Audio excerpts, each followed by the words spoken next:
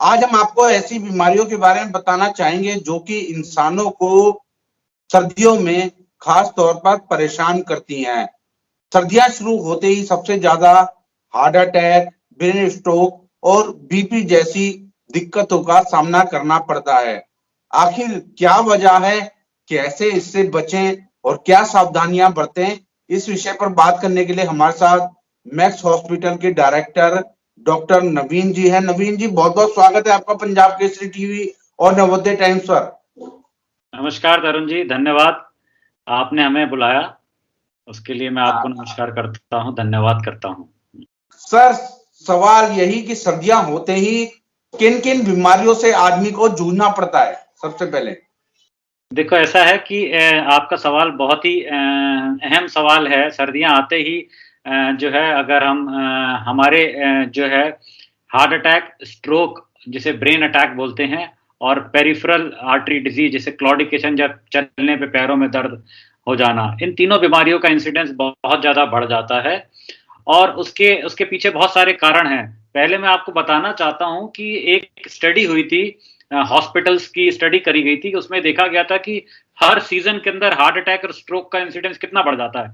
तो विंटर के अंदर इन जनरल 30% हार्ट अटैक और स्ट्रोक का रिस्क बढ़ जाता है एज कंपेयर टू समर। और हर 1 डिग्री सेंटीग्रेड टेम्परेचर कम होने पे 0.5% इंक्रीज रिस्क हो जाती है आपकी हार्ट अटैक की और स्ट्रोक होने की। अब इसके पीछे क्या कारण है, ऐसा क्यों होता है? जब भी सर्दी आती है तो हमारी बॉडी के अंदर जो है, कुछ सर्दी या गर्मी जो भी आती है, हमारी बॉडी के अंदर कुछ फिजियोलॉजिकल और बायोलॉजिकल चेंजेस आते हैं। जैसे कि सर्दियों में बॉडी को गर्म करने के लिए हमारी आर्टरीज जो होती हैं वो कंस्ट्रिक्ट या श्रिंक हो जाती हैं, और जिसकी वजह से हमारा ब्लड प्रेशर बढ़ जाता है। और जब ब्लड प्रेशर बढ़ जाता है तो हार्ट के ऊपर एक्स्ट्रा स्ट्रेस आता है, और उस एक्स्ट्रा स्ट्रेस को हैंडल करने के चक्कर में हार्ट अटैक का रिस्क बढ़ जाता है। दूसरा, जो दिल की धमनियां होती हैं जिनको कोरोनरी आर्टरीज बोलते हैं, वो भी कंस्ट्रिक्ट या श्रिंक हो जाती हैं सर्दी के मौसम में, और उनके श्रिंक होने की वजह से भी हार्ट अटैक का रिस्क या ब्रेन स्ट्रोक का रिस्क बढ़ जाता है। दूसरा मुख्य कारण है, पहला मुख्य कारण मैंने बताया कि ब्लड प्रेशर बढ़ जाना हार्ट की कंस्ट्रिक्ट होने की वजह से। दूसरा मुख्य कारण ये होता है कि सर्दियों में हम लोग जो है हमारा पसीना नहीं निकलता है, तो ब्लड वॉल्यूम जो है सर्दियों में एज कंपेयर टू समर्स, गर्मियों के कंपैरिजन में ब्लड वॉल्यूम ज्यादा होती है। इस हाई ब्लड वॉल्यूम की वजह से हाई ब्लड प्रेशर हो जाता है। तीसरा होता है एक्सरसाइज की कमी, फिजिकल एक्टिविटी हमारी कम हो जाती है, और जब फिजिकल एक्टिविटी कम होती है तो कोलेस्ट्रॉल का लेवल हमारे शरीर के अंदर जो है वो बढ़ जाता है, और हाई कोलेस्ट्रॉल लेवल होने की वजह से और फिजिकल इनएक्टिविटी होने की वजह से हार्ट अटैक का इंसिडेंस बढ़ जाता है। तो ये 3 मुख्य कारण हैं सर्दियों के अंदर ब्रेन अटैक या स्ट्रोक या हार्ट अटैक होने के। सर, ये जो बीमारियां हैं वो किसी को, मरीज की उम्र को देख के आती हैं, या ये बीमारियां किसी को भी हो सकती हैं? Heart attack, BP, brain stroke, या किसी को भी हो सकती हैं? आज से 20 साल पहले तक बीमारियां हर एज के साथ डिफाइन की जा सकती थी। जैसे कि मोस्ट हार्ट अटैक जो होते थे वो मिडिल एज या ओल्डर एज के अंदर होते थे, 50 साल से ज्यादा लोगों के अंदर। अब जो डेटा है वो कहता है कि 50% ऑफ हार्ट अटैक या स्ट्रोक होते हैं वो 50 साल से कम होते हैं, और 25% 40 साल से कम लोगों के अंदर होते हैं। तो अब इस समय ऐसा कोई रिस्क, वो एज डिफाइन नहीं है। जनरली अब हार्ट अटैक और या स्ट्रोक जो है तो यंगर पॉपुलेशन के अंदर कॉमन होते हैं। अगर आप पूछना चाहेंगे ऐसा क्यों होता है, तो उसका भी मैं आंसर दे सकता हूं। उसके पीछे भी मुख्य कारण है। क्या होता है कि आजकल जिस तरह की हमारी लाइफस्टाइल है, जो है स्ट्रेस सबसे बड़ा इंपॉर्टेंट फैक्टर है जिसके ऊपर कोई जोर नहीं देता। स्ट्रेस किस तरह का? स्ट्रेस एक परफॉर्मेंस का स्ट्रेस, आप कॉर्पोरेट में काम कर रहे हैं, आपको नंबर्स का स्ट्रेस है, आपको एक अपनी नौकरी बचाने का स्ट्रेस है, तो परफॉर्मेंस स्ट्रेस जिसे बोलते हैं एक मेजर रिस्क फैक्टर बन गया है। दूसरा रिस्क फैक्टर है अर्बनाइजेशन का स्ट्रेस, आप गांव से शहर में आए हैं, आपको वो लाइफस्टाइल अडॉप्ट करनी पड़ जाती है, उसका एक स्ट्रेस। उस स्ट्रेस को अडॉप्ट करने के लिए इंसान स्मोकिंग करने लगता है, अल्कोहल का इंटेक बढ़ा देता है, ड्रग्स का इंटेक करने लगता है। तो ये जो अर्बनाइजेशन का स्ट्रेस आ गया है लोगों के अंदर, ये स्ट्रेस एक इंपॉर्टेंट रिस्क फैक्टर बन गया है हार्ट अटैक होने का यंगर पॉपुलेशन के अंदर। और तीसरा इंपॉर्टेंट रिस्क फैक्टर आजकल जो है, जिम का यूज बहुत ज्यादा लोग करते हैं। तो जिम का यूज़ बहुत ज़्यादा करना भी बिना डॉक्टर की सलाह के बिना नहीं करना चाहिए। और जिम के अंदर कुछ ऐसे प्रोडक्ट्स यूज़ करने लगे हैं यंगर पॉपुलेशन के अंदर, जो हार्ट के लिए हानिकारक होते हैं और जिनकी वजह से हार्ट अटैक का इंसिडेंस यंगर पॉपुलेशन में बढ़ता जा रहा है। सो आपकी लाइफ़स्टाइल इस तरह की हो गई है कि आपका खान-पीन का कोई बैलेंस डाइट नहीं रह गई है, तो उसकी वजह से मोटापा बढ़ जाना, हाई ब्लड प्रेशर हो जाना, स्मोकिंग हो जाना, जल्दी उम्र में डायबिटीज़ हो जाना, तो ये सब मुख्य कारण है यंगर पॉपुलेशन के अंदर हार्ट अटैक या स्ट्रोक होने के।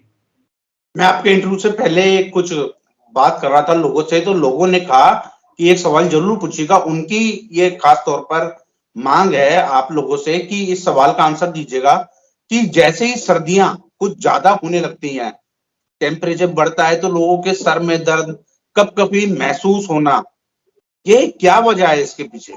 इसके पीछे वो जो मैंने बताया कि आपकी बॉडी के अंदर जो फिजियोलॉजिकल चेंजेस होते हैं, जो आपकी आर्टरी कंस्ट्रिक्ट या श्रिंक होने लगती है, कंस्ट्रिक्ट होने लगती है, तो उसकी वजह से कपकपी आने लगती है।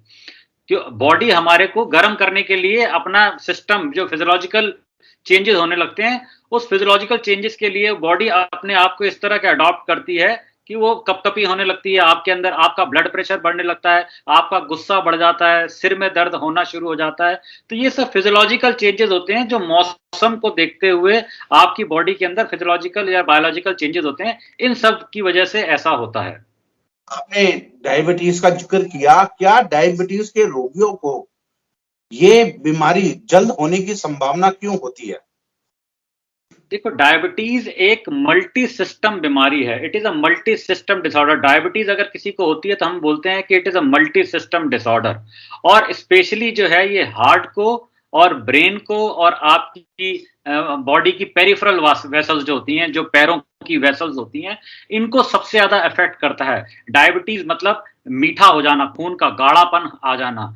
जो इसके अंदर अगर मैं साइंटिफिकली बोलूं तो ऐसा होता है कि हमारे जब डायबिटीज होती है तो हमारे ब्लड जो होता है वो एथ्रोजेनिक हो जाता है, मतलब उसके अंदर कोलेस्ट्रॉल का डिपोजिशन बढ़ने लगता है as compared to normal population. और जब आपका एथ्रोजेनिक ब्लड हो जाता है तो उसके अंदर हार्ट अटैक या स्ट्रोक होने के चांस बढ़ जाते हैं। एक तो, और दूसरा इंपॉर्टेंट कारण है कि डायबिटीज जिनको होती है, जनरली डायबिटीज जब होती है तो हाई ब्लड प्रेशर साथ साथ होने लगता है। और जब हाई ब्लड प्रेशर और डायबिटीज का कॉम्बिनेशन होता है, इनकी वजह से भी हार्ट अटैक और स्ट्रोक का इंसिडेंस या पेरिफेरल वास्कुलर डिजीज का इंसिडेंस बढ़ जाता है। हमने जिस तरह बीमारियों का जिक्र किया, heart attack, brain stroke, high BP हो जाना, इसके शुरुआती लक्षण क्या है? मुझे या आप में से या कॉमन इंसान को कैसे पता चलेंगे कि ये लक्षण हम में आने लगे हैं? कुछ ऐसा उदाहरण आप बताना चाहें? देखो एक तो हाई ब्लड प्रेशर जिसको उसको हम साइलेंट किलर बोलते हैं। हाई ब्लड प्रेशर के जनरली जो है 90% लोगों के अंदर कोई भी सिम्टम नहीं आते हैं। ठीक है, तो ये तो हमें हमेशा, अब जब आपकी एक उम्र हो जाती है, 30 साल की उम्र हो जाती है, या आपकी फैमिली में हाई ब्लड प्रेशर होने की बीमारी है, तो अपना नंबर आपको अपने आप ही जांच कर लेना चाहिए या डॉक्टर के पास जाना चाहिए, क्योंकि हाई ब्लड प्रेशर के कोई सिम्टम नहीं आते हैं। और जब अचानक डॉक्टर उनके पास जाता है, डॉक्टर बताता है कि आपका ब्लड प्रेशर तो 160-100 आ रहा है, डॉक्टर साहब मुझे तो कोई लक्षण नहीं है, मुझे कोई सिर दर्द नहीं हो रहा, मुझे कोई किसी तरह का कोई सांस नहीं फूल रहा, तो आप कैसे कह सकते हैं कि मेरे को हाई ब्लड प्रेशर है? इसलिए इसको हम साइलेंट किलर बोलते हैं। कई लोग हमारे पास आते हैं डायरेक्ट हार्ट अटैक के साथ, डॉक्टर साहब इसको तो कुछ भी नहीं था, हार्ट अटैक कैसे हो गया? तो जब ब्लड प्रेशर नापा जाता है तो वो ब्लड प्रेशर हाई निकलता है, किसी की आंखों की रोशनी चली जाती है, किसी को सडनली स्ट्रोक हो जाता है।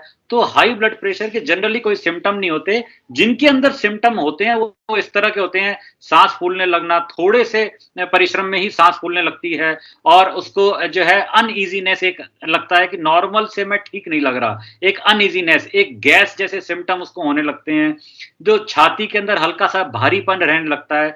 तो इस तरह के हाई ब्लड प्रेशर के सिम्टम आते हैं। और शुगर के जो अर्ली सिम्टम होते हैं, एक तो प्यास ज्यादा लगना, भूख ज्यादा लगना, रात के समय पेशाब ज्यादा आना, ये सब हाई ब्लड शुगर के जो है लक्षण हो सकते हैं। बट ये दोनों बीमारियां ही साइलेंट किलर हैं।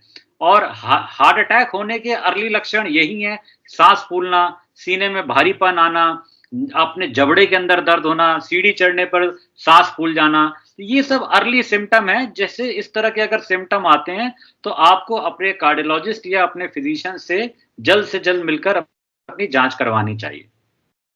सर एक चीज और, अगर किसी को हार्ट अटैक हो चुका है, किसी के फैमिली में पहले था, क्या उन्हें ज्यादा चांसेस रहते हैं? ये अपना सवाल पूछ रहा हूँ। देखो, अगर आपकी फैमिली में हार्ट अटैक हुआ है तो आपको डेफिनेटली आप जो है हार्ट अटैक या स्ट्रोक होने के चांस आपके अंदर कंपैरेटिवली ज्यादा हैं। और अगर आपकी फैमिली में किसी को 60 साल की उम्र में हार्ट अटैक या स्ट्रोक हुआ है तो आपके अंदर 10 साल पहले होने के चांस ज्यादा हैं। मतलब अगर 60 साल की उम्र में आपके पिताजी को हार्ट अटैक हुआ है तो आपके अंदर 50 ईयर की एज में होने के चांस ज्यादा होता है। ये जो जेनेटिक प्रीडिस्पोजिशन, इसको हम जो टर्म यूज करते हैं कि आप जेनेटिकली प्रोन हो हार्ट अटैक या स्ट्रोक होने के, बिकॉज आपकी फैमिली में ये रन कर रही है। एक तो इंपॉर्टेंट है जेनेटिक, आपकी जीन्स के अंदर आ गया है। दूसरा, आप जिस फैमिली में रहते हैं आप उसी तरह की लाइफस्टाइल भी अडॉप्ट कर लेते हैं। अगर आपके पिताजी दादाजी ज्यादा घी खाते हैं, आपके घर में उस तरह का खाना बनता है, आप भी वही लाइफस्टाइल अडॉप्ट करते हैं। अगर वो एक्सरसाइज नहीं करते हैं तो आपकी उनको देखा देखी आप एक्सरसाइज नहीं करते हैं, सीडेंटरी लाइफस्टाइल जीते हैं। तो एक तो जेनेटिक फैक्टर्स ट्रांसमिट होते हैं, दूसरे लाइफस्टाइल फैक्टर्स भी ट्रांसमिट होते हैं जिसपे हम बात नहीं करते हैं। तो ये adaptation of lifestyle from the ancestors, ये भी एक मुख्य कारण बनता है।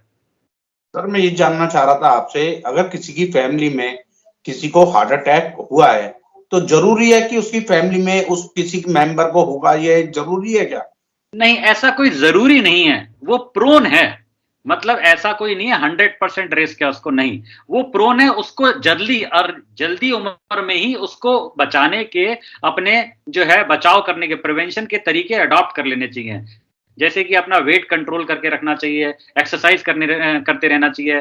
35 साल की उम्र के बाद हर साल या हर 2 साल में अपने कार्डियोलॉजिस्ट से मिलके अपनी जांच कराते रहना चाहिए। आपके हाथ में केवल यही है, आप प्रिवेंशन कैसे कर सकते हो, और आपकी बैलेंस डाइट, हेल्दी डाइट, आपका कोलेस्ट्रॉल को लेवल को कंट्रोल करना, ये सब चीजें करनी होंगी। बट ऐसा 100% नहीं है कि आपकी फैमिली में हुआ है तो आपको 100% ऐसा होगा, ऐसा नहीं है। सर ये बीमारियां ना हो, आदमी को क्या कुछ सेफ्टी रखनी चाहिए, कुछ बताना चाहे किस तरह का लाइफस्टाइल रखे, और शुरुआती बीमारी होने पे किसको संपर्क करें? किसी भी तरह की बीमारी हो, चाहे डायबिटीज हो, चाहे हाई ब्लड प्रेशर हो, चाहे स्ट्रोक हो, या कोरोनरी आर्टरी डिजीज जिसे हार्ट अटैक बोलते हैं, इनसे बचने के उपाय हमारे पास सबसे अच्छा उपाय है, आप हेल्थी लाइफस्टाइल को अडॉप्ट करें। ठीक है, हेल्थी लाइफस्टाइल के अंदर अब क्या आता है, अगर आप स्मोकिंग करते हैं तो आपको क्विट करनी चाहिए, आपको बैलेंस डाइट रहना चाहिए, आपको एक्टिव रहना चाहिए। हफ्ते के अंदर 30 दिन, अगर 7 दिन में से 5 दिन 30 मिनट की रेगुलर ब्रिस्क वॉक करनी चाहिए जो कि सस्टेन्ड होनी चाहिए। ठीक है, आपने खूब सारा गुड क्वालिटी स्लीप लेनी है, गुड अमाउंट ऑफ फ्रूट्स खाने हैं, दिन से 3 में से 4 बार फ्रूट्स का इंटेक होना चाहिए आपका। अपनी शुगर को कंट्रोल रखना चाहिए। अगर आप अल्कोहल लेते हैं उसको एक लिमिट, एक माइल्ड टू मॉडरेट अमाउंट से ज्यादा नहीं लेना चाहिए। अपने कोलेस्ट्रॉल लेवल को बिल्कुल कंट्रोल रखना चाहिए, अपना ब्लड प्रेशर कंट्रोल रखना चाहिए, बॉडी वेट को कंट्रोल में रखना है, और सबसे इंपॉर्टेंट फैक्टर है स्ट्रेस से बचना है, और उसको कैसे मैनेज करना है ये सीखना है। एक मेरा सवाल और ध्यान आ गया सर, नींद पूरी ना होना, क्या वो इन बीमारियों की जड़ है? जड़, जी हाँ। अगर आपकी स्लीप जो है कम हो रही है 6 घंटे से, और या 9 घंटे से ज्यादा हो रही है, दोनों ही एक कारण बनते हैं आपको एक रिस्क डेवलप करने के हार्ट अटैक या स्ट्रोक की। कम नींद होने से आपका स्ट्रेस लेवल बढ़ता है, आपके बैड कोलेस्ट्रॉल का लेवल बढ़ जाता है, आपके अंदर बैड हार्मोन्स रिलीज होते हैं जो कोलेस्ट्रॉल के लेवल को बढ़ाते हैं, स्ट्रेस और एंजाइटी के फैक्टर्स को बढ़ाते हैं, जो कि हाई ब्लड प्रेशर का कारण बनते हैं, अर्ली डायबिटीज का कारण बनते हैं, और ओबेसिटी का कारण बनते हैं। इसलिए नींद कम होना एक बहुत बड़ा इंपॉर्टेंट रिस्क फैक्टर है हार्ट अटैक या स्ट्रोक के लिए। मतलब नींद ना ज्यादा ले ना कम ले, नहीं तो आप बीमारी से गिर जाएंगे। बिल्कुल। यदि आप भी बचना चाहते हैं इन बीमारियों से, heart attack, brain stroke, high blood pressure, तो डॉक्टर साहब की इन सलाह पर अमल कीजिए, और जब भी कोई परेशानी हो तो अपने नजदीकी या किसी डॉक्टर से संपर्क करिए ताकि आप भी एक खुशहाली वाला जीवन जी सकें। बहुत बहुत धन्यवाद सर, पंजाब केसरी टीवी और नवोदय टाइम्स से बातचीत करने के लिए। नमस्कार, धन्यवाद।